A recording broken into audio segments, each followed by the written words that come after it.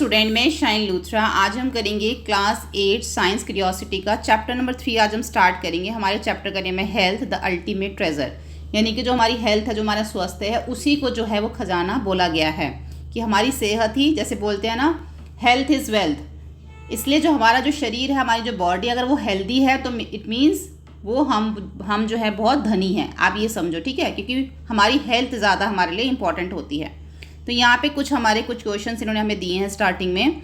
How does your body respond to an infection such as common cold. जब आपको cold होता है, common cold होता है, तो आपकी बॉडी कैसे रिस्पॉन्स करती है। We rarely see cases of small pox और polio these days, but disease like diabetes and the heart problem are more common. Why. अब देखो, पहले ना स्मॉल पॉक्स और पोलियो जैसी बहुत बीमारियाँ होती थी, लेकिन अब वो इतनी नहीं है। लेकिन अब आप देखोगे ना, तो ज़्यादा आप देखोगे डायबिटीज़ बहुत हो रहा है लोगों को, हार्ट की प्रॉब्लम बहुत हो रही है, हार्ट अटैक्स बहुत आ रहे हैं। तो ऐसा क्यों है? Could climate change lead to new types of disease. क्या जो ये मौसम जो बदल रहा है, ये जो क्लाइमेट बदल रहा है, ये बहुत सारी बीमारियां ला सकता है। How do emotions like stress और worry affect us and make us sick. अभी जो जैसे स्ट्रेस होता है और जैसे ये वरी मतलब चिंता होती है, तो क्या इससे भी हम बीमार हो सकते हैं? ये जो हमारी इमोशंस होती है ना, जैसे स्ट्रेस हो गया या चिंता करना हमारा, तो इससे भी बीमारियां आ सकती हैं। Why do some groups of people get affected more than other during disease outbreak. जब से कि कोई डिजीज़ आउटब्रेक चल रहा है, कोई बीमारी चल रही है, तो कुछ लोगों पे ज़्यादा इन्फेक्ट करती है ना, ज़्यादा असर करती है, जबकि कुछ पे नहीं करती। तो ये इन्होंने बोला है। और आपके अंदर कुछ क्वेश्चन है तो वो भी अब यहाँ लिख सकते हो। अब हम देखेंगे 3.1 health. Is it more than not falling sick. क्या ये बीमार ना पड़ने से ज़्यादा अधिक है? क्या अधिक है? यानी कि अगर हम बीमार नहीं पड़ रहे, लेकिन उससे भी ज़्यादा कुछ है जो हमारे लिए ज़रूरी है।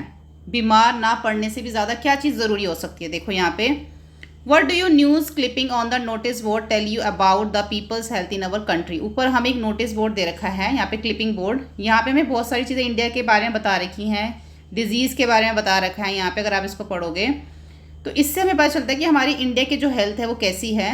Is being healthy just about not having disease. अब हेल्दी का मतलब सिर्फ ये नहीं है कि आपको कोई बीमारी नहीं है तो आप हेल्दी हो। हेल्थ का मतलब होता है, health is also include feeling good physically, staying positive and having strong relationship. अच्छी हेल्थ का मतलब ये होता है कि आप फिजिकली कैसा फील कर रहे हो, इंटरनली आपको कैसा फील हो रहा है, आप पॉजिटिव है, आपकी सोच जो है पॉजिटिव है। एंड हैविंग स्ट्रॉन्ग रिलेशनशिप, और आपका जो संबंध है, आपकी जो रिलेशनशिप है वो क्या है, मजबूत है। आपके रिश्ते जो हैं वो भी इसके अंदर जो है, आपके रिलेशनशिप भी इसके अंदर इंक्लूड होते हैं आपकी हेल्थ के अंदर। A healthy person take care of their body, maintain positive mindset, enjoy social life. एक जो हेल्दी इंसान होता है ना, वो अपनी बॉडी की बहुत ध्यान रखता है और पॉजिटिव, उसका माइंडसेट हमेशा पॉजिटिव होता है कि अच्छा है, अच्छा होगा, अच्छी बातें बोलता है, और वो अपने सोशल लाइफ को, सामाजिक जीवन को भी इंजॉय करता है। तो let us explore what is the truly mean of healthy. तो हम समझते हैं कि हेल्थ का जो मीनिंग है, ट्रूली मीनिंग क्या है, सही में जो हेल्थ होती है वो क्या होती है। तो एक्टिविटी 3.1 में हम पढ़ते हैं, let us read. A grade 8 student move to a new school in another city. अब एक क्लास 8 का एक स्टूडेंट है जो कि न्यू स्कूल में गया, किसी और सिटी में, किसी और शहर में। With no friends in his new environment and busy parents he felt lonely. तो उसका कोई दोस्त नहीं है अभी, और उसके पेरेंट्स भी बिजी रहते हैं काम में, तो बड़ा अकेला महसूस करता है। To cope he spend more time on his phone and social media, but this made him feel worse. अब वो अपना ज़्यादा समय जो है किस में देता है, ज़्यादा टाइम वो सोशल मीडिया में अपना टाइम स्पेंड करता है और ज़्यादा जो है फ़ोन देखता है। तो ये सारी चीज़ें उसको और भी ज़्यादा जो है ना बुरा बनाती जा रही है, वो और भी ज़्यादा बिगड़ रहा है। He stop trying to make friends. वो अपने दोस्त नहीं बनाता, वो उसने दोस्त बनाने की जो कोशिश है वो छोड़ दी है। उसका सिर दर्द होता है, उसका वेट जो है लॉस्ट हो चुका है, कम हो चुका है उसका वेट, और उसको अच्छे से नींद भी नहीं आती। तो डॉक्टर इसको क्या एडवाइस करते हैं? A doctor advice less screen time, कि अपना जो स्क्रीन टाइम है वो कम करो, फ़ोन कम करो, और किसी काउंसलर से जो आपको वो मिलने के लिए कहता है। तो जो स्कूल के काउंसलर होते हैं, the school counsellor arrange help to support him in making friends and improving his health. तो जो स्कूल के काउंसलर्स हैं वो क्या करते हैं, वो उसको सपोर्ट करते हैं, उसकी हेल्प करते हैं अच्छे दोस्त बनाने में और उसकी हेल्थ को इम्प्रूव करने के लिए।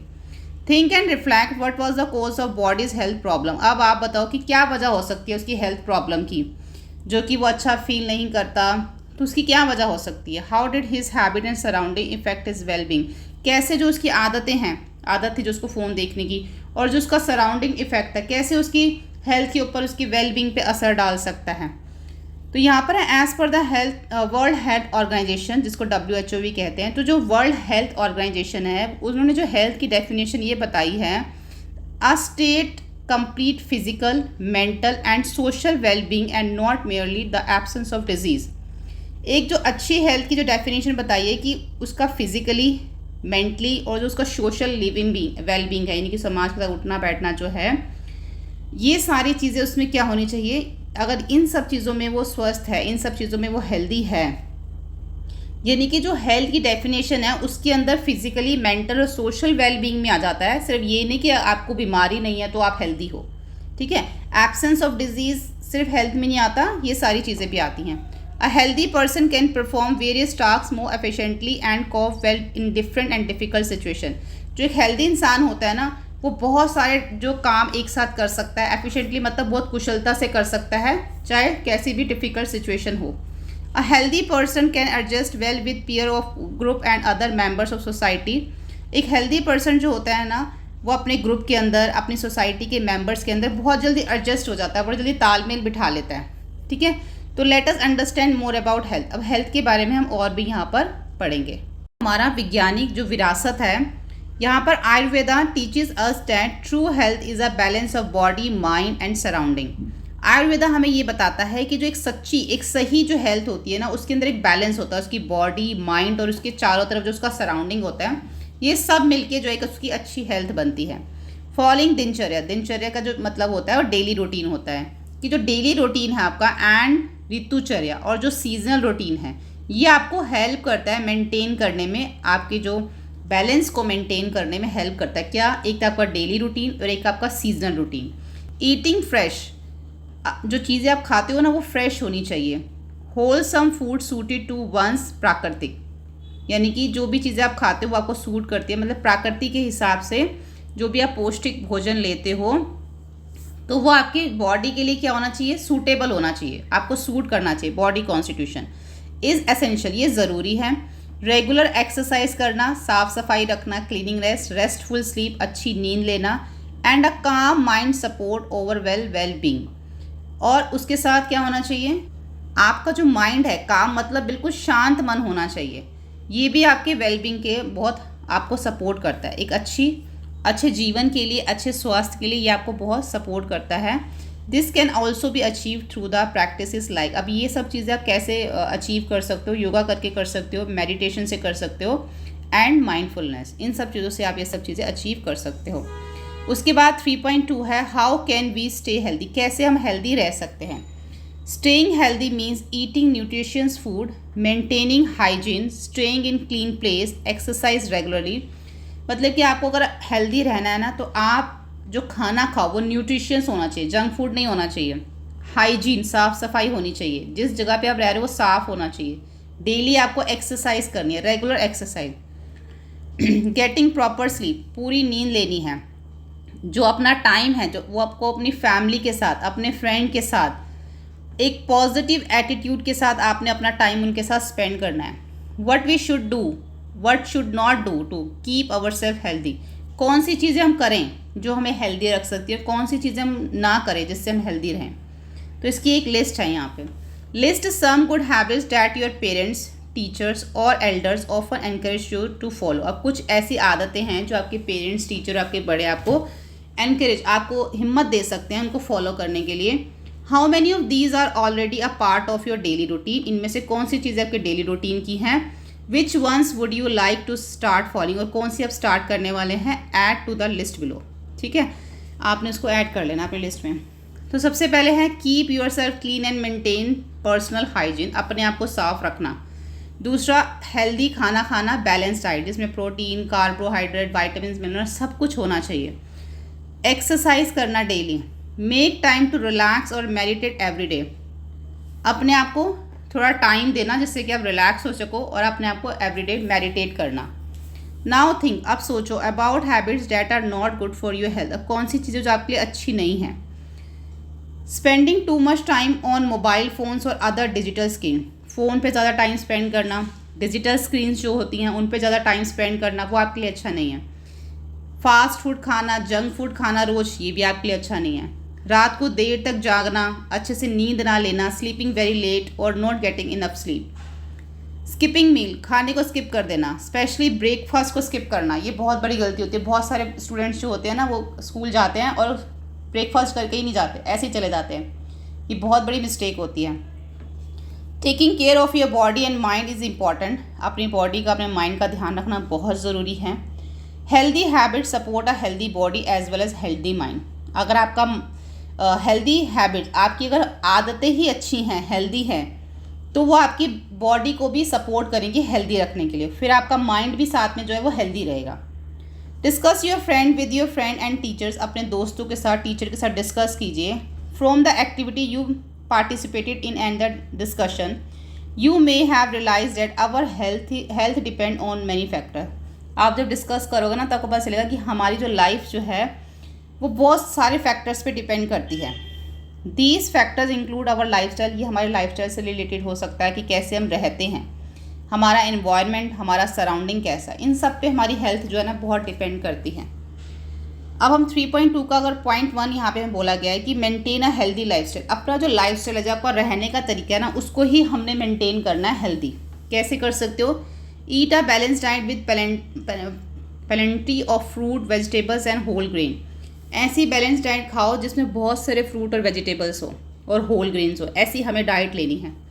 अवॉइड करना है प्रोसेस, फैटी और शुगरी फूड एंड ड्रिंक्स। जितने भी ये ड्रिंक्स आते हैं जो आप पीते हो, कोल्ड ड्रिंक वगैरह जो पीते हो ना, और जितना शुगरी फूड होता है, फैटी फूड होता है, प्रोसेस्ड फूड होता है जो ज़्यादा, उसको आपने अवॉइड करना है। Stay physically active by playing outdoor games. ज़्यादा बाहर गेम्स खेलो, ज़्यादा वॉक करो, रन करो, साइकिलिंग करो, एक्सरसाइज करो, ये सब चीज़ें करो। Limit screen time and spend more time in nature. प्रकृति के साथ ज़्यादा टाइम जो स्पेंड करो, नेचर के साथ, पार्क में जाओ, अच्छी अच्छी जगहों पे जाओ। और स्क्रीन टाइम मतलब फ़ोन और टीवी कम करो। Get enough sleep to help your body and mind rest and recover. अच्छे से स्लीप लो ताकि आपकी बॉडी माइंड अच्छे से रिकवर हो जाए। जब हम सोते हैं ना, हमारी बॉडी रिकवर हो जाती है, रिचार्ज हो जाती है हमारी बॉडी फिर से।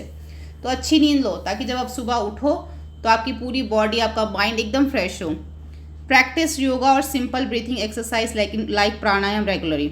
अब यहाँ पे उन्होंने योगा करने के लिए बोला है, जो सिंपल ब्रीथिंग एक्सरसाइज होती हैं, साथ में प्राणायाम के लिए भी उन्होंने यहाँ पे कहा है। Say no to the harmful substance. अब जैसे कि तंबाकू है, अल्कोहल है, जो एडिक्टिव ड्रग्स होते हैं, उनको नो कहना सीखो कि हम ये नहीं लेंगे, ठीक है।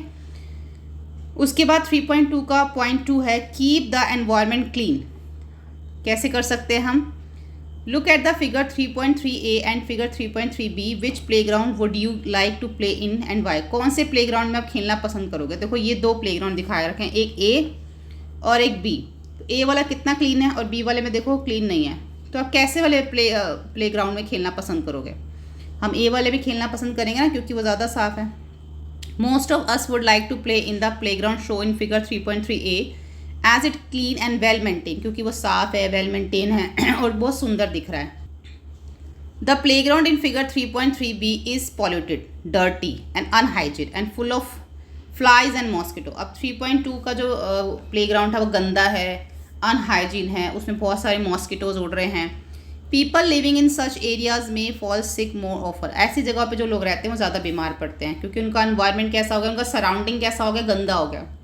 तो गंदगी से लोग बीमार पड़ते हैं। An addition to including good habits and adopting the healthy lifestyle we must keep our surrounding clean. हमारा सराउंडिंग क्लीन होना चाहिए। अगर अच्छी हेल्थ चाहिए हमें, तो अच्छी आदतें हमारे होनी चाहिए। तो उसके अंदर हेल्दी लाइफ स्टाइल के अंदर सराउंडिंग क्लीन भी आता है। Have you ever found it hard to breathe in a place with a lot of smoke और डस्ट। क्या आप ऐसी जगह पर ब्रीथ ले पाएंगे? ऐसी जगह पर have you ever found it hard, कितना मुश्किल होता है ना ऐसी जगह पे सांस लेना, जहाँ पे बहुत सारा स्मोक होता है, बहुत सारा डस्ट होता है। That is because clean air and water are important for our health. क्योंकि हमारे लिए जो साफ़ हवा है और पानी जो साफ़ है वो हमारे लिए बहुत ज़रूरी है हमारी हेल्थ के लिए। इन सिटीज़, शहरों की अगर बात करें तो air pollution from the vehicles and factories can cause the problem like coughing and asthma. अब जो शहरों की बात करें तो पॉल्यूशन जो है ना इन शहरों के अंदर, जैसे कि व्हीकल्स का पॉल्यूशन हो गया, फैक्ट्रीज़ का हो गया, तो ये बहुत बड़ी वजह है, बहुत बड़ा कारण है ये। किसका? कफिंग। जिस लोगों को कफ रहता है, जिनको एस्थमा रहता है, द एयर क्वालिटी इंडेक्स, जिसको AQI कहते हैं, help us know how clean air is. AQI से पता चलता है कि हवा जो है वो कितनी क्लीन है। उसके बाद a cleaner environment help us stay healthy and feel better. एक साफ एनवायरनमेंट जो है हमें हेल्दी रखता है और एनवायरनमेंट हमें मदद करता है हेल्दी रहने के लिए, एक साफ environment. But health is not only about the body. सिर्फ हेल्थ का जो है, हेल्थ इज़ नॉट सिर्फ बॉडी से रिलेट नहीं है। मतलब कि अगर हम हेल्थ की बात करें तो सिर्फ बॉडी नहीं होता उसका मतलब कि बॉडी हेल्थ होनी चाहिए। हमारी जो फीलिंग्स है, रिलेशनशिप्स हैं, वो भी हेल्दी होने चाहिए। Even if we eat well, अगर हम अच्छा खा रहे हैं, अच्छी जगह पर रह रहे हैं, तो we may not feel good, हम अच्छा महसूस नहीं करेंगे। इफ़ वी आर लोनली और अपसेट, अगर हम अकेले हैं, हम दुखी हैं, अपसेट हो, तो आप जितना भी अच्छा खा लो, ठीक है, और जितने भी अच्छे आप एनवायरनमेंट में रह लो, जब तक आपको अंदर से अच्छा फील नहीं होगा ना, तो आप अपने आप को अकेला महसूस करोगे, अपसेट फील करोगे। तो जो अपना टाइम, जो spending time with friends and family के साथ स्पेंड करो, बातें करो, हंसो, उनसे बातें करो, मजाक करो उनके साथ, जिससे आपका जो माइंड है वो क्या रहेगा, हेल्दी रहेगा। अब कैसे हमें पता चलेगा कि जो हमारी बॉडी है वो अनवेल है? तो इसके लिए our body usually works in certain way to keep us healthy. अब हमारी बॉडी जो है बहुत तरीक़ों से वो हेल्दी रह सकती है। व्हेन वी फील अनवेल, लेकिन जब हमें अच्छा फील नहीं हो रहा, अनवेल फील हो रहा है, तो इट मीन, इसका मतलब है कि कुछ जो है वो हमारे अंदर सही काम नहीं कर रहा है। It means something inside us may not be working as it should. जैसा उसको करना चाहिए वो वैसे काम नहीं कर रहा। We may have symptoms such as a pain, tiredness, dizziness, sign like fevers, rash, high blood pressure और swelling that indicate we are unwell. अब इन्होंने कुछ साइंस बताए, जैसे कि आपको पेन हो रहा है कहीं पे, या टायर्डनेस है, डिजीनेस फील कर रहे हो, चक्कर आ रहे हैं, आपको फीवर ऐसा साइन कोई दिख रहा है, कोई रैश हो गया, हाई ब्लड प्रेशर हो गया, कहीं पे स्वेलिंग हो गई, तो इन सब चीज़ों से हमें पता चलता है कि हम अनवेल हैं। A symptom is that we feel like pain, जैसे कि हम फील करते हैं कि हमें पेन हो रहा है। While sign is something that can be seen और measured, like high blood temperature when we have fever. जब हमारा जो टेम्परेचर ज़्यादा होता है तो हमें पता चलता है कि हमें फीवर है। These help doctor understand that might be making us unwell. अब इसमें डॉक्टर हमें समझाता है कि हम जो हैं वो अनवेल हैं, है ना, हमारी बॉडी जो है सही से काम नहीं कर रही। उसके बाद अब जो हमने ऊपर पढ़ा ना, इन सब चीज़ों से पता चलता है कि हमारी बॉडी में जब ये सारी चीज़ें होती हैं, ऐसे सिम्टम्स दिखते हैं, तब हमें पता चलता है कि हमारी बॉडी जो है वो अनवेल है। क्योंकि क्वेश्चन क्या आता है कि कैसे पता चलता है कि हम अनवेल हैं इन सब चीज़ों से। 3.4 है diseases, what are causes and type. अब जो बीमारियां हैं वो उसके क्या कारण हो सकते हैं, कितनी तरह की बीमारियां हो सकती हैं। A disease is a condition that effect normal working of the body और माइंड। अब जो कोई बीमारी होती है ना, वो नॉर्मल माइंड और नॉर्मल बॉडी के ऊपर ही इफेक्ट करती है, तभी तो उसको बीमारी कहेंगे। अगर नॉर्मल होते हो फिर कुछ ना कुछ बीमारी, यानी कि कोई किसी ने आपको इफेक्ट किया है। अब वो क्या है? It can happens when more और more organs system stop functioning properly. अब ये तभी होता है कि जो आपके ऑर्गेन्स होते हैं ना, वो सही से काम करना जब बंद कर देते हैं और सही से फंक्शन नहीं करते, तभी जो है कोई डिजीज़ हमें लगती है। Some disease are caused by germs like, अब कुछ डिजीज़ ऐसी होती हैं जैसे बैक्टीरिया, वायरस, फंगीज, वॉर्म्स और इवन बाय प्रोटोजोआ जो सिंगल सेल ऑर्गेनिज्म होता है, इनकी वजह से होती है। ये जो डिजीज़ होती है ना, causing bye organism called pathogens. अब ये वाली जो बीमारियाँ जो कि हमारे बैक्टीरिया, वायरस, फंगी इन सब से होती हैं, तो ऐसी बीमारियां जो होती हैं इनको पैथोजेंस कहा जाता है, यानी कि रोगाणु। जो दूसरी डिजीज़ होती है, अदर बीमारियां जो होती हैं, वो पुअर न्यूट्रिशन की वजह से होती है और हमारा अनहेल्दी लाइफस्टाइल, हमने अच्छे से न्यूट्रिशन फूड नहीं खाया, अनहेल्दी हमारा लाइफस्टाइल, तो तब हमें वो बीमारियां लग जाती हैं। कुछ ऐसी बीमारियां होती हैं जो शॉर्ट टाइम के लिए होती है, while other can continue for long time. कुछ बहुत लंबे समय के लिए होती है, उनको रेगुलर ट्रीटमेंट चाहिए और केयर चाहिए। Diseases can be group into 2 major type of base, their causes and how they spread. अब यहाँ पे ना डिजीज़ को 2 ग्रुप्स में इन्होंने डिवाइड कर दिया, 2 ग्रुप्स बना दिए हैं और कैसे ये फैलती है वो बताया। तो पहला जो है नॉन कम्युनिकेबल डिसीज़। कुछ ऐसे डिजीज़ होते हैं जैसे cancer, diabetes, asthma are not caused by pathogens. अब ये बीमारियाँ किसी पैथोजन से नहीं होती, पैथोजन मतलब किसी बैक्टीरिया या वायरस से नहीं होती। And do not spread from one person to another, और एक पर्सन से दूसरे पर्सन में भी नहीं जाती। They are usually link to lifestyle, diet and other environment. ये बीमारियाँ तब होती है जब हमारा लाइफ स्टाइल अच्छा नहीं होता, हमारी पुअर डाइट होती है और हमारा जो आसपास का एनवायरनमेंट होता है वो अच्छा नहीं होता, तब होती है ये। कम्युनिकेबल डिजीज़ के अंदर वो आ जाती है डिजीज़ कॉज्ड बाय पैथोजेंस, वो जो हमने ऊपर पढ़ी थी ना, वो बीमारियाँ जिसमें जो कि हमारा बैक्टीरिया वायरस इन सब से होती हैं। ऐसी डिजीज़ होती हैं कम्युनिकेबल डिजीज़, जो कि फैलती हैं, एक पर्सन से दूसरे में फैल जाती हैं। जैसे कि यहाँ पे कुछ कम्युनिकेबल डिजीज़ के बारे में बताया, जैसे typhoid, dengue, flu, chicken pox and कोविड-19। ये सारी बीमारियाँ जो है एक दूसरे से फैलती हैं। आगे है अब हमारा, in recent years non communicable disease NCD like diabetes, heart disease, cancer have become more common in India. अब जो है हमारे इंडिया के अंदर हार्ट डिजीज़ है, कैंसर है, और जो ये सब चीज़ें जो हमारे इंडिया में कॉमन हो चुकी हैं। This is happening because a changing in how people live. अब ये इसलिए हो रहा है क्योंकि लोगों का जो रहन सहन है बदल रहा है, उनकी ईटिंग हैबिट्स बदल रही है, मोर प्रोसेस्ड फूड खा रहे हैं, एक्सरसाइज कम करते हैं, and living longer lives today. Most death in India are caused by NCD मतलब नॉन कम्युनिकेबल डिसीज़ की वजह से बहुत मौतें हो रही हैं। Understanding the difference between these two type help us how disease spread from and how prevent them. तो हम यहाँ पे पढ़ेंगे कि कैसे जो बीमारियाँ फैलती हैं कैसे हम उनसे बच सकते हैं। ठीक है, अब है 3.4.1। इसमें भी बोला गया है how are communicable diseases cause and spread. कैसे फैलती हैं बीमारियाँ, इसकी क्या वजह हो सकती है कम्युनिकेबल डिजीज़ की। जो कम्युनिकेबल डिजीज़ होती हैं वो किससे फैलती हैं, पैथोजन, उसके जो रीज़न है उसका कारण है। These pathogens can enter our body through air, breathe, or consuming contaminated food or water and more. अब ये जो बीमारियां होती हैं हमारे अंदर, हमारी बॉडी के अंदर हवा से, सांस लेने से, कुछ ऐसा हमने खाना खा लिया, पानी से हमारे अंदर ये चले जाते हैं पैथोजेंस, यानी कि जो ये रोगाणु होते हैं, जो ये बैक्टीरिया वायरस होते हैं हमारे अंदर चले जाते हैं। But how do these pathogens spread from one person to another. अब एक से दूसरे में कैसे फैल जाते हैं। One common way is through air. पहला कॉमन वे है हवा से एक से दूसरे में फैल जाते हैं। वैन एन इन्फेक्टेड पर्सन कफ और स्नीज, कभी जब कोई इंसान कोई खांसी करता है, जब कोई छींकता है, स्नीज करता है, तो through direct contact like shaking hand, किसी से हाथ मिलाता है, और indirectly by sharing personal item, कोई उनकी पर्सनल आइटम को शेयर करता है तो वो इन्फेक्टेड कर देता है दूसरे पर्सन को। सम ऑफ कम्युनिकेबल डिजीज़, जो कम्युनिकेबल डिजीज़ होती है spread through contaminated drink, water और फूड। अब कॉन्टेमिनेटेड क्या का मतलब होता है कि जो अनप्योर होता है ना, जो चीज़ें इम्प्योर और जो अनक्लीन चीज़ें होती है, तो वो कंटेमिनेटेड ड्रिंक और फूड। तो जो personal items of N personal item जो होती हैं एन इन्फेक्टेड पर्सन, कुछ ऐसे कम्युनिकेबल डिसीज़ हैं जो फैलती हैं किससे, इनप्योर ड्रिंकिंग वाटर से या खाने से। सम पैथोजेंस ऐसे होते हैं जो फैलते हैं बाय इंसेक्ट, जैसे कि मॉस्किटो से, हाउस फ्लाई से। These insect are called vectors. इन इंसेक्ट्स को वेक्टर्स कहा जाता है।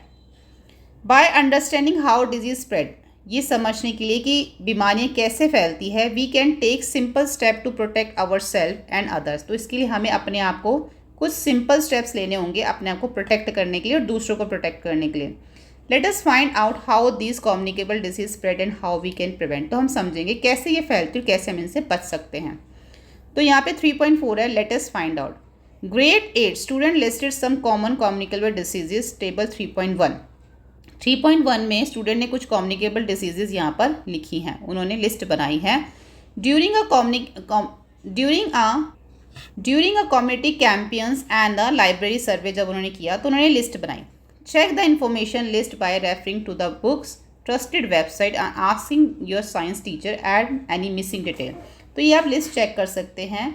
कहाँ पे चेक कर सकते हैं, किसी वेबसाइट पे जाके किसी साइंस टीचर से कोई अगर डिटेल मिस है तो आप वो चेक कर सकते हैं। Study the table and think about what simple step can help prevent each disease. तो कुछ स्टेप हम इस पढ़ेंगे जो इन्होंने नीचे में दे रखे हैं, कैसे हम जो है इनसे बच सकते हैं। अब इस टेबल को हम देखते हैं। 3.1 सम कॉमन कम्युनिकेबल डिजीज़ दे रखी है इफेक्टिंग ह्यूमन। तो पहले हमें यहाँ पे डिजीज़ दे रखी है, कॉजल एजेंट दे रखे हैं, साइड ऑफ इन्फेक्शन दे रखा है, सिम्टम्स और प्रिवेंट बता रखा है कैसे हम इससे बच सकते हैं।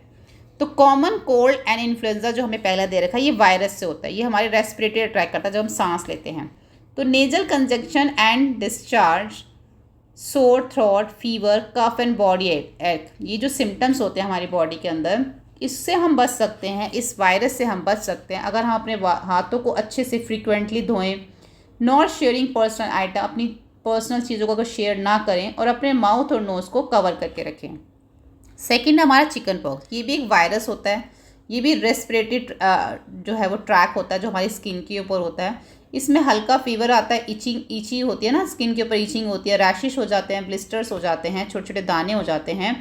Complete isolation of the patient को इसमें सबसे इस जब ऐसे किसी को चिकन पॉक्स हो तो उसको अकेले में रखना चाहिए, उसका माउथ नोज़ का जो है कवर करके रखना चाहिए, उसको वैक्सीनेशन लगवानी चाहिए। उसके बाद आ जाता है यहाँ पे मीज़ल्स को ना हिंदी में कहते हैं जैसे खसरा, ये भी वायरस से होता है, ये भी स्किन के ऊपर होता है। इसमें भी फीवर होता है, थ्रोट जो गला होता है उसमें इन्फेक्शन होता है, दुखता है, रेडिश हो जाता है नेक के ऊपर, ईयर के ऊपर और भी जो बॉडी के पार्ट है उसमें। तो इसमें भी हमें जो है पेशेंट को अलग करके रखना है, उसके माउथ नोज़ को कवर करना है और हाइजीन को मेंटेन करना और वैक्सीनेशन देना है। ठीक है, तो ये दो हमने ये करा। आगे देखो, आगे है टीबी जो है वो एक बैक्टीरिया से होता है, ये भी एक लंग्स में होता है, ये हमारे जो फेफड़े होते हैं ना, इसमें कफ और फीवर हो जाता है और फटीक मतलब बहुत जो है वो टायर्डनेस हो जाती है, लॉस द एपेटाइट, जो अब उसकी जो भूख है वो भी चली जाती है, और नाइट स्वेट, और रात को पसीना आता है। तो इसमें क्या करना चाहिए, हमें अवॉइड करना चाहिए close contact with TB infected, जिसको टीबी है उससे थोड़ा दूर रहना चाहिए। पीपल कवरिंग, उनका भी माउथ और नोज़ को जो है कवर करके रखना चाहिए, और उसके लिए भी जो वैक्सीनेशन होती है हाइजीन को मेंटेन करके रखना चाहिए।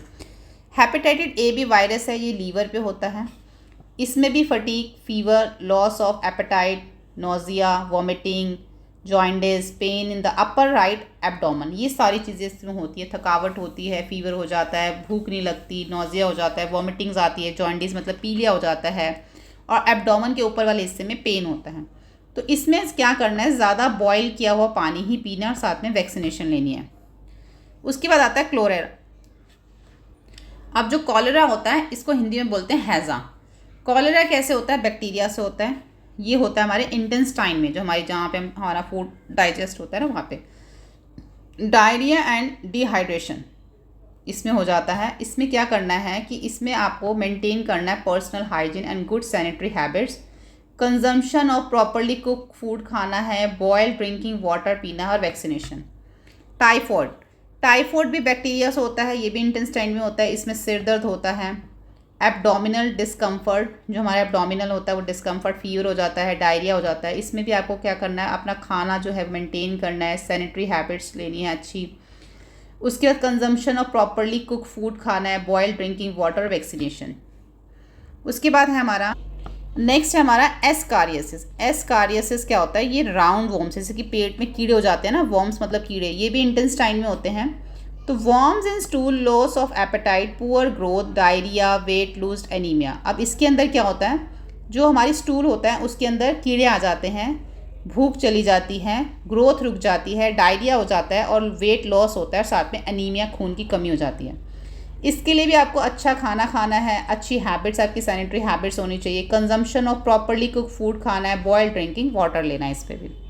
ठीक है, उसके बाद नेक्स्ट हम देखें तो हमारा है मलेरिया, जो कि ये प्रोटोजोआ, स्किन और ब्लड में जो है मलेरिया होता है। हाई फीवर हो जाता है, प्रोफ्यूज स्वेटिंग और पीरियोडिक चिल्स, मतलब बहुत ज़्यादा जो है ठंड लगती है। यूज़ ऑफ मॉस्किटो नेट को यूज़ करना चाहिए। इसके अंदर हमें जो है अच्छे फुल स्लीव के कपड़े पहनने चाहिए, ताकि हमें जो मॉस्किटो है वो काटे ना, है ना, जो mosquito breeding in and around your home. तो हमें ये सारी चीज़ों पे कंट्रोल करना है, हमें आसपास जो अपने साफ़ सफाई भी रखनी है, और एक मॉस्किटो नेट होती है ना वो भी लगाना है। उसके बाद डेंगू फीवर हो जाता है, जिसमें कि ब्रेक वॉर्न फीवर, ये वायरस है, ये स्किन और ब्लड में होता है, ये इसमें फीवर आता है, हेडेक होता है, मसल्स और जॉइंट में पेन होती है, नोजिया हो जाता है। ये भी एक मॉस्किटो की वजह से होता है, और ये जो है इसमें भी हमें सेम सिम्टम जो हमारे ऊपर वाले हैं उसी को हमने फॉलो करना है। और जो पानी है हमें जो है avoid area with still water, जहाँ पे पानी इकट्ठा होता है ना वो जगहों से हमें दूर रहना, अवॉइड होना है, क्योंकि वहाँ पे मॉस्किटोज़ हो जाते हैं फिर। ठीक है, तो यहाँ पे हमने सारी डिजीज़ पढ़ ली, कैसे हम उनसे बच सकते हैं वो भी हमने देख लिया, और कैसे कैसे वो होती हैं। तो by studying in the table 3.1 we can understand how infections diseases spread, हमें पता चलेगा कैसे इन्फेक्शन डिजीज़ फैलती है और कैसे हम इनसे बच सकते हैं। Here are some simple but important precautions. अब यहाँ पे कुछ सिंपल और इम्पॉर्टेंट प्रिकॉशंस दिए हुए हैं। Keeping our self and surrounding clean, अपने आसपास साफ सफाई रखो। बेसिक हाइजीन जो है एवरीडे उसको मेंटेन करो। उसके बाद जो अपने हाथों को दो साबुन से, और जितने भी पैथोजेंस हमारे हाथों में जो लगे हुए हैं उनको साफ़ करो। Covering our mouth and nose while coughing and sneezing, coughing और स्नीजिंग के टाइम पे अपना माउथ जो कवर करो। वेयरिंग अ मास्क, एक मास्क पहनो क्राउडेड प्लेस पे ताकि इन्फेक्शन से बच सको, तो अपने प्रोटेक्शन के लिए। अवॉइड शील्ड, पर्सनल आइटम्स को दूसरों के साथ शेयर मत करो, जैसे टॉवल है, हैंकरशीफ है।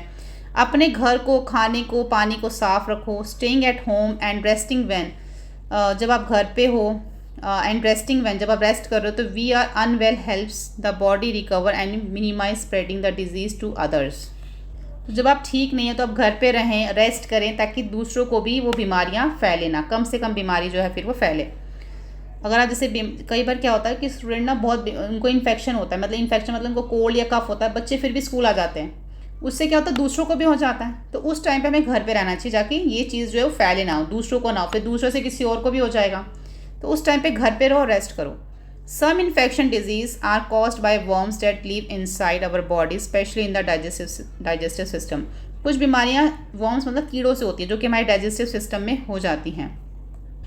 They feed on nutrients and live as a parasites, organisms that live in or and another living beings. These worms usually spread through the contaminated food, water, soil and contact with infected people or animals.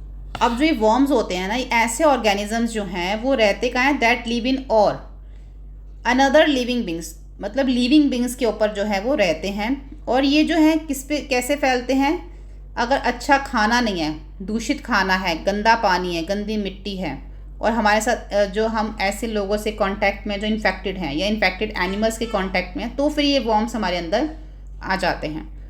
उसके बाद है 3.4 का point 2, how are non communicable diseases caused. अब non communicable diseases कैसे फैलती हैं, ये तो भी हमने पढ़ लिया कि जो कम्युनिकेबल डिजीजेज हैं जो फैलती हैं, इन्फेक्टेड होती हैं, इन्फेक्शन हो जाता है एक दूसरे से। अब नॉन कम्युनिकेबल कैसे फैलती हैं, you learn that the non communicable disease जैसे कैंसर है, डायबिटीज़ है, एस्थमा है, link to the lifestyle, diet and और एनवायरनमेंट। ये सीधा जो हमारे किससे कनेक्ट करता है, ये लिंक करता है हमारे रहन सहन से, हमारे खाने पीने से, हमारे एनवायरनमेंट से, ऐसे ये लिंक होता है जो नॉन कम्युनिकेबल डिजीज़ होती हैं।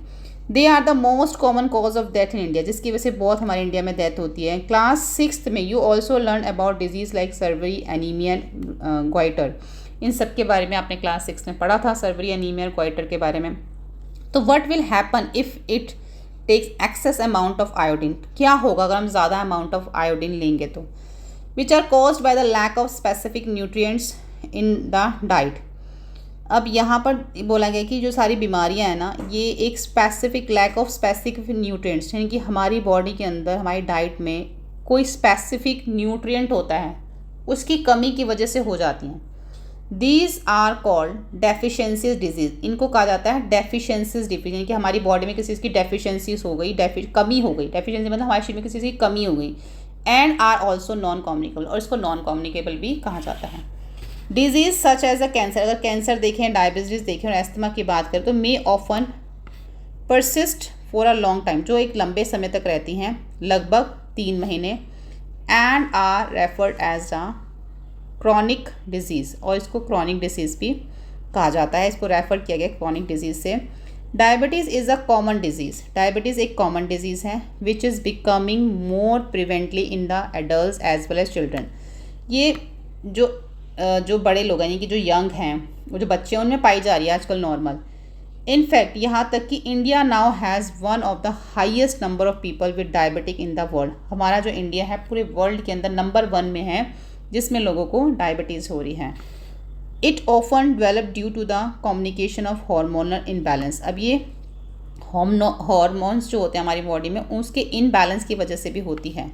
अनहेल्दी ईटिंग हैबिट्स, अनहेल्दी अगर हमारी ईटिंग हैबिट्स हैं, फिज़िकल एक्टिविटी कोई नहीं है, बीइंग ओवर वेट है हम, ओबियस मतलब ज़्यादा वेट है, तो ये सारी वजह हो सकती है डायबिटीज़ की। अब यहाँ पे जो इसने बोला था कि अगर हम ज़्यादा अमाउंट ऑफ आयोडीन खा लें तो क्या होगा। अब इन्होंने हमें यहाँ बोला था कि कुछ ऐसे न्यूट्रिशंस होते हैं जिनकी हमारी बॉडी में कमी हो जाती है और हमें ये बीमारियाँ लग जाती हैं। तो ज़्यादा जब हम आयोडीन खा लेंगे तो हमें भी एक बीमारी जो है ज़्यादा आयोडीन खाने से भी हमें बीमारी लग सकती है। तो जैसे कि कुछ थायराइड जैसी जो डिजीज़ होती हैं, जो बीमारियां होती हैं, वो भी हो सकती है। ठीक है, अभी तक तो इन्होंने हमें यहाँ पे इसका कोई आंसर नहीं दिया हुआ था। तो लेट अस लर्न, अब हम देखेंगे कि more about the cause of non communicable disease and their prevention, कैसे हम इससे जो बच सकते हैं, क्यों होती है ये। तो find out 3 most common lifestyle related disease in the your neighbourhood. Take a talk to a doctor, nurse, health workers, or even a family members who knows about the health and what kind of lifestyle changes can help prevent the manage their disease। आप किसी भी doctor से, nurse से, कोई health worker है जिसको बहुत knowledge है हेल्थ को लेकर, न्यूट्रिशन को लेकर, तो आप उससे बात कर सकते हो और आप जो है चेंज लाइफस्टाइल को अपनी चेंज कर सकते हो, जो आपको मदद करेंगे उस डिजीज़ से मैनेज करने के लिए, बचने के लिए आपको मदद करेंगे। You also consult trusted health website, books, teachers, उन सब की भी आप हेल्प ले सकते हो, डॉक्टर की हेल्प ले सकते हो। यहाँ पे 3.2 में हमें लाइफस्टाइल रिलेटेड कुछ डिजीज़ बताई हुई हैं, जैसे कि ओबेसिटी। तो सबसे पहले ओबेसिटी जो मोटापा होता है, ये ज़्यादा खाने से होता है, रेगुलर एक्सरसाइज अगर नहीं करोगे तो हो जाता है। डायबिटीज़ क्या होता है, अगर हम frequent urination, excess thirst, weight loss, tiredness, slow healing. अब डायबिटीज़ जब होता है ना, तो इसके कुछ सिम्टम्स यहाँ पे बताए गए हैं। सिम्टम क्या है कि फ्रीक्वेंट यूरिनेशन, जो आपको यूरिन आता है वो आपको लगातार बार बार आता है। एक्सेस थर्स्ट, ज़्यादा प्यास लगती है आपको। आपका जो वेट है वो कम होने लग जाता है और आपको जल्दी थकान हो जाती है। और स्लो हीलिंग, और धीरे धीरे हीलिंग होती है। ठीक है, उसके बाद आ जाता है हाई ब्लड प्रेशर। और हाई ब्लड प्रेशर के अंदर क्या क्या होता है और कुछ और भी डिजीज़ जो है यहाँ पर आप लिख सकते हो। ठीक है, और उनसे कैसे बच सकते हैं वो सब आप यहाँ पे लिख सकते हो। अब उसके बाद यहाँ पे एक साइंटिस्ट हैं, यहाँ पे जो साइंटिस्ट है डॉक्टर कमल रणदीवे, जो 1917 से लेके 2001 उनका टाइम पीरियड दे रखा है। Was a pioneering the biomedical researcher हैं वो, बायोमेडिकल के। उन्होंने बताया, उन्होंने स्टडी करी हॉर्मोन्स के ऊपर एंड सर्टेन वायरस, बहुत सारे वायरस पे उन्होंने स्टडी करी। आर लिंक टू कैंसर, उन्होंने बताया कि कैसे जो हॉर्मोन्स और काफ़ी सारे वायरस है वो लिंक्ड होते हैं कैंसर से, और कैसे हम इसको हेल्पिंग इम्प्रूव इट्स ट्रीटमेंट, उसके जो इसका ट्रीटमेंट है उसमें इन्होंने हमें हेल्प करी इन साइंटिस्ट ने, और बताया कि कैसे हम इससे बच सकते हैं। Her work also showed her how tobaccos, diet, pollution can be raise the risk of cancer, highlighting the importance of healthy lifestyle. अब इन्होंने इस पर काम किया और बताया कि कैसे जो तंबाकू है, हमारी जो डाइट है, जो पॉल्यूशन है, can raise the risk of cancer, इन सब से कैसे जो है कैंसर इतना बढ़ रहा है। और हाईलाइटिंग द इम्पोर्टेंस, और इन्होंने हाईलाइट किया जो हमारी हेल्दी लाइफस्टाइल को उन्होंने हाईलाइट किया। तो ये जो साइंटिस्ट हैं जिन्होंने इनके ऊपर काम किया। उसके बाद है यहाँ पे 3.5 में how to prevent control disease, कैसे हम डिजीज़ से बच सकते हैं। You might have heard the phrase prevention is better than cure. अब prevention is better than cure का मतलब है कि पहले से ही हमें जो है ना इन सब का ध्यान रखना चाहिए कि हम बीमार होने के बाद हम इलाज करवाएं, तो उससे पहले ये कि हम पहले ही अपने आप को प्रिवेंशन, ये ज़्यादा अच्छा है कि पहले हम उन सब चीज़ों का ध्यान रखें। It is important to protect our self, ये ज़रूरी है कि आप अपना ध्यान रखें फ्रॉम बोथ, अपनी कम्युनिकेबल और नॉन कम्युनिकेबल डिसीज़ से आपको अपने आप को प्रोटेक्ट करके रखना, ये बहुत ज़रूरी है। अब यहाँ पर उड़ीसा में एक कम्युनिटी लेड सैनिटेशन कैंपेन किया गया। In Bhadrak district Orissa community sanitation campaign help more people build and use toilet. तो वहाँ पे लोगों को ये हेल्प किया गया, समझाया गया कि वो क्या करें, टॉयलेट बिल्ड करें। जिससे क्या हुआ, जब उन्होंने ये सारा उनको समझाया और बताया कैंपेन के थ्रू, तो उससे हुआ कि जो this reduced open defection significantly and improve health, child health, जिससे कि बच्चों की हेल्थ जो है इम्प्रूव हुई with fewer case of diarrhoea and infection, जिससे कि डायरिया और इन्फेक्शन के केसेस जो हैं वो कम हुए। What do you infer from this case study? Simple steps like good sanitation can greatly reduce the spread of communicable disease। अगर अच्छी sanitation habits हों तो उससे जो है काफ़ी communicable disease जो है कम हो सकती हैं, फैलने में उनमें कमी आ सकती है, इतनी फैलेगी नहीं फिर वो। Find about such community campaign, help in your location, share in your class and discuss with your peers about the impact of such initiatives। तो ये जो है इसके बारे में जो कम्युनिटी कैंपेन जो हुआ है ये आप अपनी लोकेशन में भी कर सकते हैं वहाँ पे, जिससे कि लोगों को काफ़ी जो है इसमें मदद मिलेगी। और डिस्कस कीजिए अपनी क्लास में कि इसका क्या जो इन्होंने इनिशिएटिव लिया इसका क्या प्रभाव पड़ा। उसके बाद दे रखा है ability of the body to fight disease. अब हमारी बॉडी के अंदर कितनी क्षमता होती है, कितनी एबिलिटी होती है बीमारियों से लड़ने की। You would have notice that some people get sick more frequently than other. कुछ आपने देखा हो, कुछ लोग ऐसे होते हैं जो ज़्यादा बीमार पड़ते हैं, दूसरों से बार बार बीमार पड़ते रहते हैं। Although living in similar environment, जबकि वो सेम एनवायरनमेंट में रहते हैं। Do you know why? आपको पता है ऐसा क्यों? The natural ability of our body fight diseases is known an immunity. जो हमारे अंदर एक नेचुरल, जो हमारी बॉडी में एक एबिलिटी होती है ना, जो बीमारियों से लड़ने की, उसको इम्यूनिटी कहा जाता है। Our body has special system called the immune system that help fight against disease. हमारी बॉडी के अंदर एक स्पेशल तरह का इम्यून सिस्टम होता है जो बीमारियों से लड़ता है। You might have taken some drops और इन्फेक्शन इन योर चाइल्डहुड और protect your self from certain diseases such as polio, measles, tetanus and hepatitis. अब आपने देखा होगा, you might have taken some drop, आपने ना, आप जब छोटे थे तो आपकी पेरेंट्स ने आपको कुछ ड्रॉप्स पिलाई थी जिससे कि आप कुछ बीमारियों से बच सको, हेपेटाइटिस जैसी बीमारियाँ, पोलियो जैसी बीमारियाँ, इन सब से, टेटनस जैसी बीमारियों से आप बच सको। तो बचपन में ही बच्चों को वैक्सीनेशन दी जाती हैं। These are vaccines that help prevent serious infection. ये जो वैक्सीन्स हैं ये बहुत हेल्प करती हैं वायरस और बैक्टीरिया से बचने के लिए। A vaccine helps our body fight certain diseases by training the immune system to recognize and track harmful germs. ये जो वैक्सीन्स है हेल्प करती है हमारी बॉडी में जितनी भी बहुत सारी जैसे डिजीज़ हो जाती हैं, तो ये क्या करता है, बाय ट्रेनिंग हमारे इम्यून सिस्टम को ट्रेन कर लेता है पहले से, एंड रिकॉग्नाइज, पहचान लेता है किसी हार्मफुल जर्म को अटैक होने से पहले। Providing what is known as acquired immunity protection developed after exposure to pathogens or a vaccine। ये हमारी बॉडी को ना एक एक्वायर्ड इम्यूनिटी देता है, यानी कि जो हमारी बॉडी को जिस इम्यूनिटी की ज़रूरत है वैक्सीन से हमें वो मिलती है। साथ में ये हमारी बॉडी को प्रोटेक्ट करता है, जैसे कि जो पैथोजन बढ़ जाते हैं ना अंदर, रोग बढ़ जाते हैं जिनसे बीमारियाँ हो जाती हैं जैसे बैक्टीरिया वगैरह, तो उनसे भी वो बचाता है। Vaccines can is made in different way, अलग अलग तरीक़ों से बनती है, फ्रॉम वीकेंड और डेथ पैथोजेंस लाइक वायरस और बैक्टीरिया, और फ्रॉम इनएक्टिव और harmless part of the pathogen.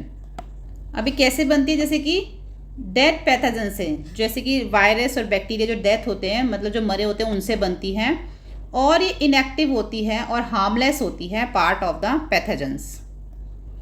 Some newer vaccine instruct our on body cell. अब कुछ ऐसी वैक्सीन होती हैं जो हमारी बॉडी सेल को क्या करती है, इंस्ट्रक्ट करती हैं, उनको निर्देश देती हैं to make a harmless part of the germs which are immune system then learns to fight.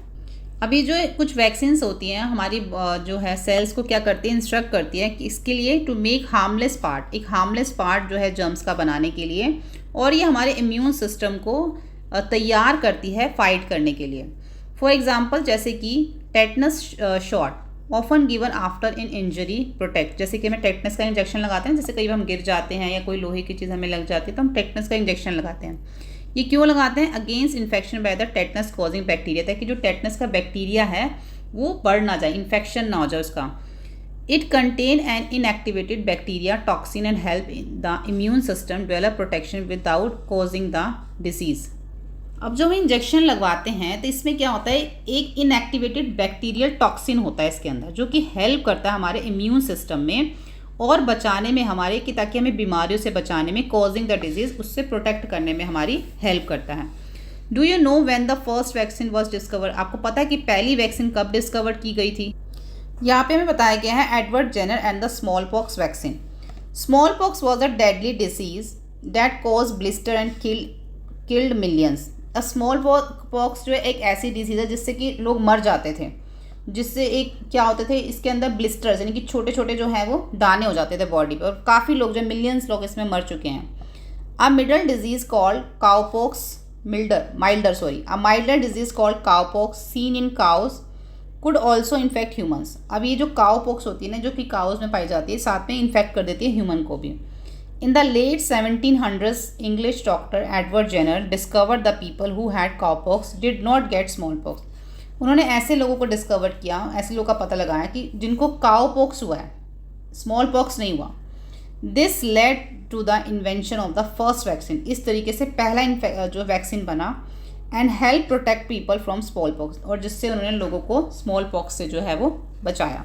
Long before modern vaccine, जैसे कि पहले मॉडर्न वैक्सीन थी, तो इंडिया के उस टाइम पे भी एक ट्रेडिशनल एक उनके पास जो है वो मेथड था, जिससे कि वो क्या करते थे, इससे ये जो हमारा जो क्या है, ये स्मॉल पॉक्स जो है जिसको चेचक कहा जाता है, जिससे वो बचते थे, तो उसका नाम था विरुलेशन। विरुलेशन जो है प्रोटेक्ट करता था स्मॉल पॉक्स से। It involve using material from small pox सोर, जैसे कि स्क्रैचेस हो जाते थे स्किन के ऊपर या माइल्ड इन्फेक्शन होता था, और इम्यूनिटी बिल्ड करने के लिए उस टाइम पे पीपल्स क्या करते थे, उस टाइम पे लोग जो यूज़ करते थे, जिसको अपनाते थे, उसका नाम था एज, जिसको नाम है टीकेदार। ठीक है, अब थिंक लाइक अ साइंटिस्ट, अब साइंटिस्ट की तरह सोचो, ऑब्जर्वेशन। तो सबसे पहले जेनर ने ये ऑब्जर्व किया, जो मिल्क मेड है, जो दूध निकालने वाली है, उसको who had cowpox did not catch smallpox, उसको काउपॉक्स हुआ लेकिन स्मॉल पॉक्स नहीं हुआ। Likely because the two viruses are related, जैसे इसमें क्या है, जो दोनों वायरस होते हैं वो एक दूसरे से रिलेटेड हैं। तो हाइपोथेसिस में देखा कि कॉन्टैक्ट इन द पस ऑफ द काउपॉक्स, जब काउपॉक्स की ब्लिस्टर में से, उसके छालों में से जब पस ली गई, तो ये देखा गया कि वो जो प्रोटेक्ट करता है लोगों को स्मॉल पॉक्स से, यानी कि काउ पॉक्स का जो छाला है उसमें से जो पस निकलती है, उसको कोई यूज़ करे तो लोगों को वो स्मॉल पॉक्स से बचाता है। तो यहाँ पे एक्सपेरिमेंट में देखा गया कि he tested this by injecting cowpox sap into the boy who later showed in no illness when export to small pox. तो जिस लड़के को, जिसके ऊपर जो टेस्ट किया गया था, जो उसके ऊपर काउपॉक्स का जो रस लगाया गया था, उसको जो दिया गया था, इंजेक्शन दिया गया था उसको, तो उसको ना कभी बाद में कोई इलनेस हुई, ना ही उसको कभी स्मॉल पॉक्स हुआ। तो इसका रिजल्ट यही है कि he found that people who were infected with, जो लोग काउपॉक्स से इन्फेक्टेड हो रहे थे उनको स्मॉल पॉक्स नहीं हो रहा था। तो mass vaccination eventually had the erected small pox world wide. तो इसकी क्या की गई, फिर वैक्सीनेशन लगाई गई पहले से ही। जब बच्चा छोटा होता था तो उसको पहले से ही स्मॉल पॉक्स की वैक्सीनेशन जो है वो लगा देते थे, ताकि कभी किसी को फिर आगे स्मॉल पॉक्स ना हो सके। तो इससे काफ़ी हेल्प मिली, इस वैक्सीनेशन से काफ़ी लोगों को इस बीमारी से बचने की। तो vaccines are one of the most effective way जो है, जिससे लोग जो हैं वो प्रोटेक्ट हो सकते हैं हर एज के अंदर, from infect of the elderly against many serious disease. अब वो चाहे वो बड़ा भी हो, इनफैक्ट अगर वो कोई बड़ा है तो वो भी उससे कोई मेन सीरियस डिजीज़ से वो भी बच सकता है। दे हेल्प प्रिवेंट, किसी बीमारी से, reduce the spread of infection से बच सकता है, and save million of life every year. इससे जो है लाखों नहीं मिलियंस लाइफ जो है हर साल बच सकती हैं। It is important to remember, ये याद रखना ज़रूरी है, that vaccines are prevent not curative, कि जो वैक्सीन्स होती है ना वो सिर्फ प्रिवेंशन के लिए होती है, ये कोई इलाज नहीं है। They can help minimize serious disease before they happen, ये जो डिजीज़ को ना कम करती है, मिनिमाइज करती है। कोई भी डिजीज़ होने से पहले अगर कोई, तो उसको मिनिमाइज कर रही है, बट नॉट ट्रीट, लेकिन उसको ट्रीट नहीं करती। दैन समवन इज़ ऑलरेडी सिक, कोई बीमार है तो आप वैक्सीनेशन लगा दो तो वो सही नहीं हो सकता। Some people may fear to doubt vaccines, कुछ लोगों को डर होता है वैक्सीन से, उनके अंदर डाउट होता है, but scientist and doctor carefully test them so for safety, लेकिन डॉक्टर और साइंटिस्ट ने इसको बहुत केयरफुली पहले टेस्ट किया होता है। Getting vaccinated not only protect you but also the people around. अब जब वैक्सीनेशन लेते हैं तो वैक्सीनेशन सिर्फ आपको ही नहीं प्रोटेक्ट करता, आसपास के लोगों को भी प्रोटेक्ट करता है। नेक्स्ट है एवर हर्ड ऑफ, क्या आपने कभी सुना है India's role in vaccine production, कि इंडिया का जो रोल है वैक्सीन प्रोडक्शन में क्या है। India is the one of the world largest vaccine producer. India जो है वर्ल्ड का लार्जेस्ट हमारी ऐसी कंट्री है जो वैक्सीन को प्रोड्यूस करती है। It manufacture vaccine on a massive scale, बड़े पैमाने पे जो है यहाँ पे वैक्सीन्स बनाई जाती हैं और सप्लाई की जाती हैं बहुत सारी कंट्रीज़ में। India's vaccine companies played a की रोल ड्यूरिंग द कोविड-19। अब इंडिया की जो वैक्सीन कंपनी है उसने कोविड-19 में बहुत बड़ा जो रोल है प्ले किया था। Pandemic and continue to support the global health efforts, जो कोविड-19 का जो पेंडेमिक आया था और इसने जो लगातार सपोर्ट किया था ग्लोबल हेल्थ एफर्ट्स के लिए। ठीक है, उसके बाद यहाँ पे हमारे एक और साइंटिस्ट हैं जिनके बारे में बताया गया है। इनका नाम है डॉक्टर महाराजा किशन भान। Doctor Maharaja Kishan Bhan was a well known Indian doctor, एक साइंटिस्ट हैं। As a secretary of the department of biotechnology, he helped promote science and innovation in India. He played a key role in developing the rotavirus vaccine. which is protects children from diarrhea. He believed in using research to create affordable healthcare and made a big difference in Indians' health and biotechnology sectors. Doctor Maharaja Kishan जो हैं वो एक Indian well known Indian doctor भी हैं और scientist भी हैं।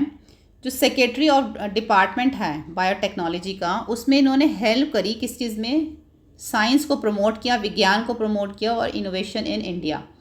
इन्होंने एक बहुत बड़ा जो की रोल है इनका, जिसमें इन्होंने क्या डेवलप किया, रोटा वायरस वैक्सीन इन्होंने जो डेवलप करी, इन्होंने बनाई, जिससे कि बच्चे जो हैं वो डायरिया से, जो दस्त लग जाता है ना बच्चों को, उनसे वो उस वैक्सीन के थ्रू उन बच्चों को बचा सकें। इनका विश्वास है कि ही in using research to create affordable health care, एक अफोर्डेबल हेल्थ केयर जो है इन्होंने बनाया, इनका ये विश्वास है। और साथ में इन्होंने एक बहुत बड़ा डिफरेंस किया in Indian health and biotechnology sector में, यानी कि इन्होंने इंडिया की हेल्थ में और जो हमारा बायोटेक्नोलॉजी सेक्टर है उसमें इन्होंने बहुत बड़ा ये बदलाव लेके आए।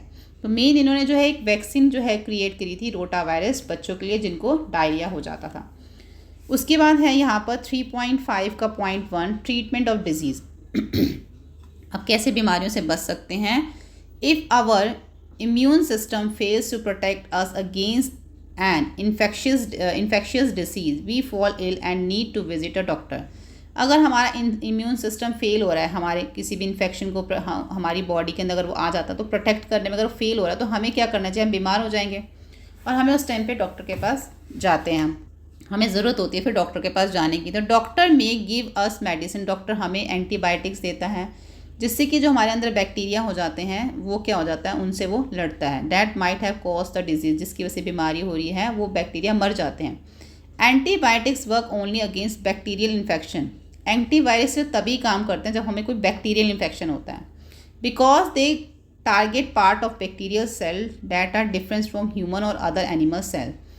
क्योंकि जो उसका उसका जो टारगेट होता है कि जो बैक्टीरियल पार्ट है सेल के अंदर, and that are different from human, जो कि ह्यूमन का नहीं है लेकिन बाहर से अंदर आ गया या किसी एनिमल का, तो उसका ये काम होता है उसके against. They do not work against the virus and disease caused by protozoa, लेकिन उसका ये काम नहीं होता एंटीबायोटिक का कि अगर हमारे अंदर कोई वायरस आ गया या कोई बीमारी लग गई प्रोटोजोआ से, वो उससे लड़े। एंटीबायोटिक का काम क्या होता है कि अगर हमें कोई बैक्टीरियल इन्फेक्शन हुआ है तो सिर्फ वो उससे एंटीबायोटिक जो है वो लड़ सकती है, बाकी और किसी चीज़ में नहीं।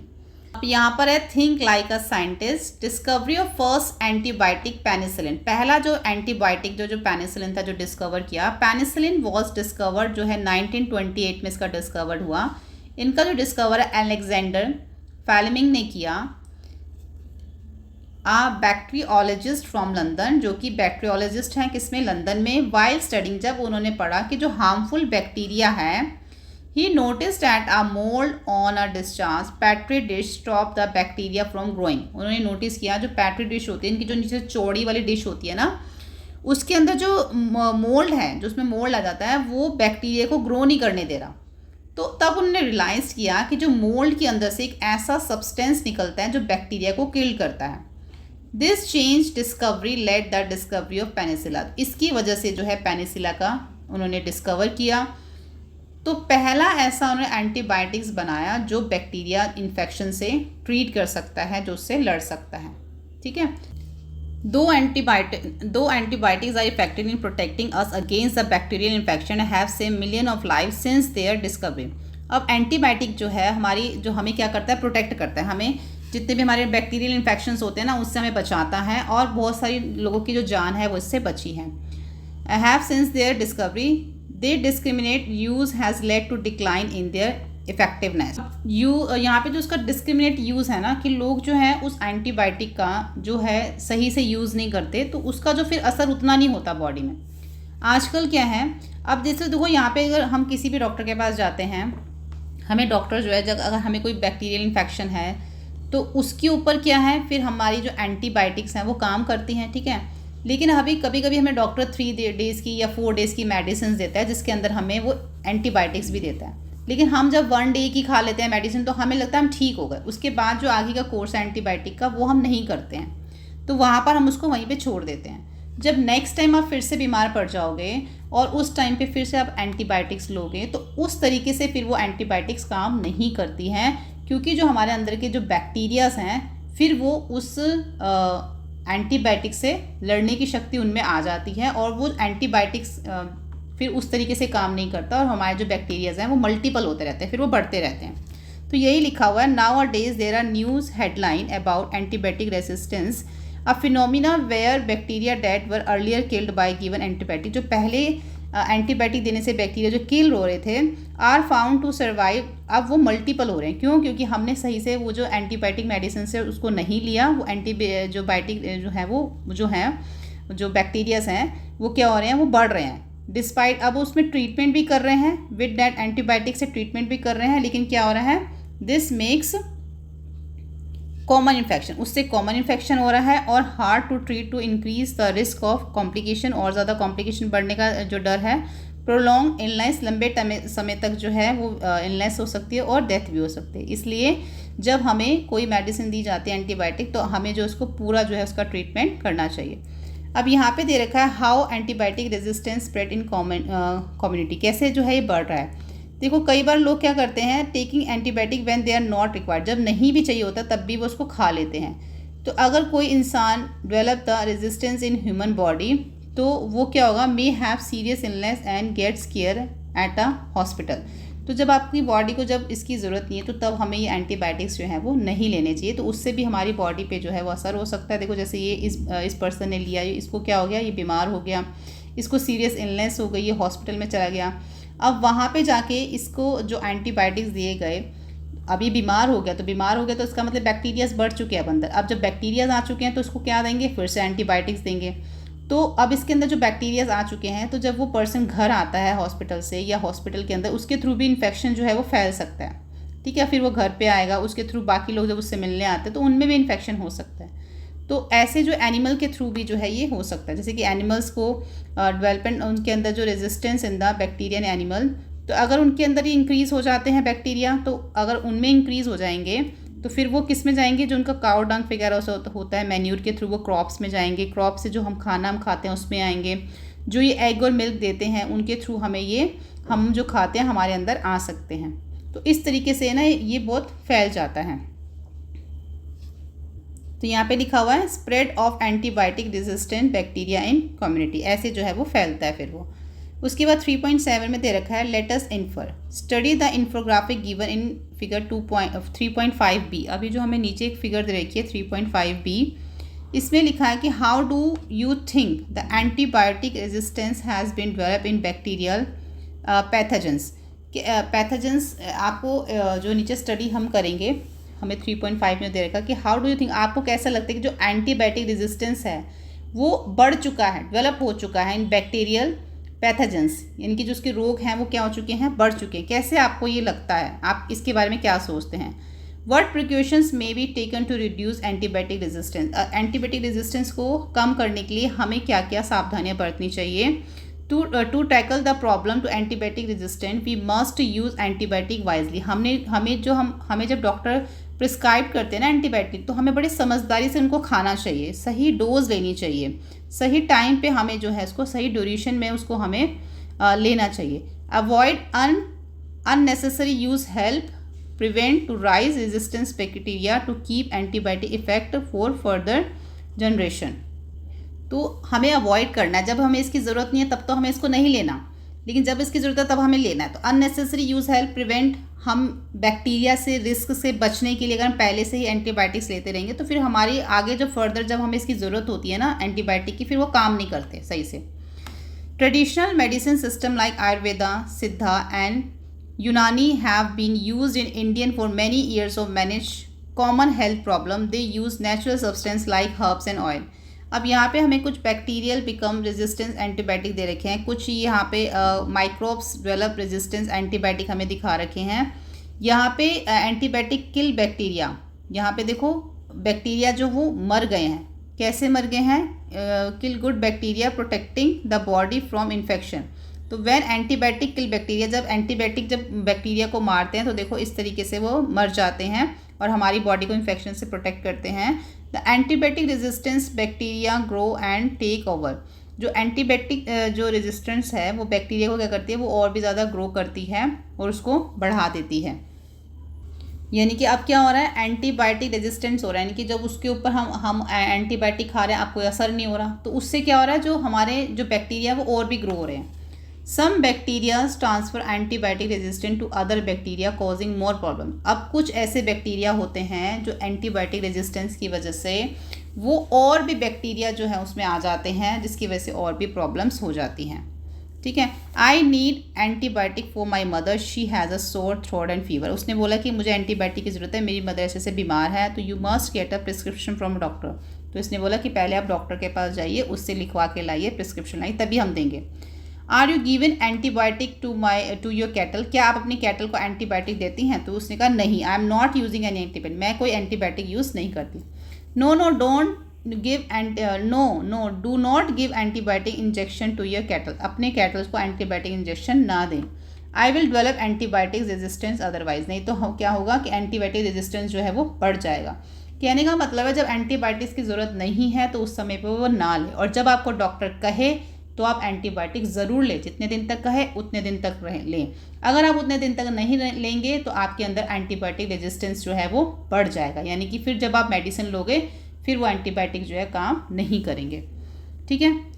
उसके बाद यहाँ पर दे रखा है and minerals for managing illness. ऊपर हमारा कुछ यहाँ पे लिखा था, क्या लिखा था, दे यूज़ नेचुरल सब्सटेंस लाइक, उस टाइम पे क्या करते थे, नेचुरल सब्सटेंस यूज़ करते थे, हर्ब्स को यूज़ करते थे, ऑयल को यूज़ करते थे, एंड मिनरल्स को यूज़ करते थे, किसके लिए, बीमारियों के लिए. एंड प्रमोटिंग रिकवरी, मतलब कि रिकवरी करने के लिए अपनी हेल्थ के ऊपर लाइफस्टाइल को फोकस करते थे, हेल्दी लाइफस्टाइल, बैलेंस डाइट लेते थे. वाइल दिस, ये पहले के बारे में बता रहे कि इस टाइम से आयुर्वेदा के टाइम पे ये सब होता था. तो while this system can help with some condition and are useful for everyday well-being, they may not be effective from all diseases and all stage. तो जब वो इस तरीके से रहते थे तो काफ़ी सारी बीमारियों से बच जाते थे. Therapies for non communicable diseases focus on managing system and improving quality of life through the meditation, lifestyle change and rehabilitation. तो यहाँ पे जो थेरेपीज़ हैं जो बताई गई है नॉन कम्युनिकेशन डिजीज़ेस के लिए, जो कि फोकस करती है किसमें, आपके सिस्टम ऑन मैनेजिंग सिम्टम्स को, और इम्प्रूव करती है आपकी क्वालिटी ऑफ लाइफ को थ्रू मेडिकेशन, लाइफस्टाइल आपकी चेंज हो जाती है. एंड रिहैबिलिटेशन का मतलब होगा कि आपकी एबिलिटी को वो बढ़ाती है. Earlier diagnose and continuous care are key to control the disease progressions and prevent complications. अगर हम पहले से ही ध्यान रखें तो हम काफ़ी सारी फिर बीमारियों से बच सकते हैं. तो अगर हम अर्लियर डायग्नोस करें और अपना ध्यान लगातार रखें तो इससे क्या होगा कि हम बहुत सारी बीमारियों से जो है वो बच सकते हैं. ठीक है. तो हम पहले से ही इस पर इन सब चीज़ों पे ध्यान देते. तो यहाँ पर हमारा चैप्टर कंप्लीट हो जाता है. अब हम स्नैपशॉट देखेंगे. तो स्नैपशॉट में दे रखा कि जो हेल्थ का मतलब होता है वो कम्प्लीटली फिजिकल, मेंटल और सोशल वेलबींग से होता है, not just absence of disease, ना कि सिर्फ बीमारी से. Being happy help us stay active and healthy, or good health also improve our mood. Health and happiness are closely related. अब खुश रहने से क्या होता है कि आप हेल्थ जो हमें हेल्प करता है, अगर हम खुश रहते हैं तो हमें हेल्प करता है एक्टिव रहने में, हेल्दी रहने में, हमारी अच्छी हेल्थ होती है इससे, और हमारा जो मूड है वो भी इम्प्रूव होता है. हेल्थ एंड हैप्पीनेस जो है वो एक दूसरे से रिलेट करते हैं. A disease effect the normal working of the body और माइंड. जो डिजीज़ है हमारे नॉर्मल जो हमारी बॉडी और माइंड होता है उस पर इफेक्ट करता है. Symptoms are what we feel. Symptoms जैसे कि पेन होना, टायर्डनेस होना, कुछ ऐसे साइंस जो होते हैं ये हमें जो बताते हैं कि हमारे जो बॉडी है वो सही से काम नहीं कर रही. कैन बी सीन और मेजर्ड लाइक फीवर और रैश. नॉन कम्युनिकेबल डिजीज़ जैसे कि हार्ट डिजीज़ होती है, जो कि हमारे लाइफस्टाइल से होती है, हमारे एनवायरमेंटल फैक्टर से होती है, ना कि किसी जर्म से होती है. They can often to prevent with healthy habit. ये हम इससे बच सकते हैं अगर हमारी हेल्दी हैबिट्स हो, हमारा लाइफस्टाइल अगर हम चेंज करें और रेगुलर एक्सरसाइज करें तो हम इनसे बच सकते हैं. इन्फेक्शंस डिजीज़ जो होती हैं वो पैथोजन से होती हैं, जैसे कि बैक्टीरिया, वायरस और वर्म से होती हैं. हमारा जो इम्यून सिस्टम होता है help protect us from harmful pathogens. Our immune system helps protect us, हमें बचाता है किससे, फ्रॉम हार्मफुल जो पैथोजेंस होते हैं, जो वायरस और बैक्टीरियास होते हैं उनसे हमें, हमारा इम्यून सिस्टम हमें बचाता है. Vaccine train the immune system using dead, weakened और harmless part of the germs to prevent disease. Vaccine जो है वो इस तरीके से बनाई जाती हैं कि जो हमारे इम्यून सिस्टम को यूज़ करके immune system using that weekend और हार्मलेस पार्ट जो हमारे जर्म्स का होता है उसके ऊपर वो जाके वो असर करती हैं vaccines. Diagnose and treatment are important for managing and curing disease. जो डायग्नोस होता है, जो ट्रीटमेंट होते हैं वो इम्पॉर्टेंट होते हैं हमारे क्यूरिंग मतलब जो हमारे इलाज की हमारी बीमारी के लिए, ठीक है। तो डायग्नोस और जो ट्रीटमेंट है ये ज़रूरी होते हैं किसी भी बीमारी में। यहाँ पे हमारा चैप्टर जो है कंप्लीट हो जाता है। इस चैप्टर के थ्रू हमने समझा कि कैसे कैसे बीमारियाँ हमें लग सकती है, कैसे हम उनसे बच सकते हैं, वैक्सीन हमारे लिए कितनी ज़रूरी है, साफ़ सफाई हमारे लिए कितनी ज़रूरी है और किस तरीके से एंटीबायोटिक हमारे बीमारियों में काम करता है। ये सारी चीज़ें हमने इसके अंदर समझी हैं और मैं होपफुली मैं आशा करती हूँ कि आप इन सब चीज़ों को फॉलो करेंगे और अपनी लाइफ को भी बेटर करेंगे। तो यहाँ पे जो चैप्टर कंप्लीट हो चुका है, लिंक आपको नीचे डिस्क्रिप्शन बॉक्स में दिया है प्लेलिस्ट का, वहाँ से जाके सभी वीडियोस देख सकते हैं। नेक्स्ट वीडियो में इसके क्वेश्चन आंसर्स करेंगे। Thank you.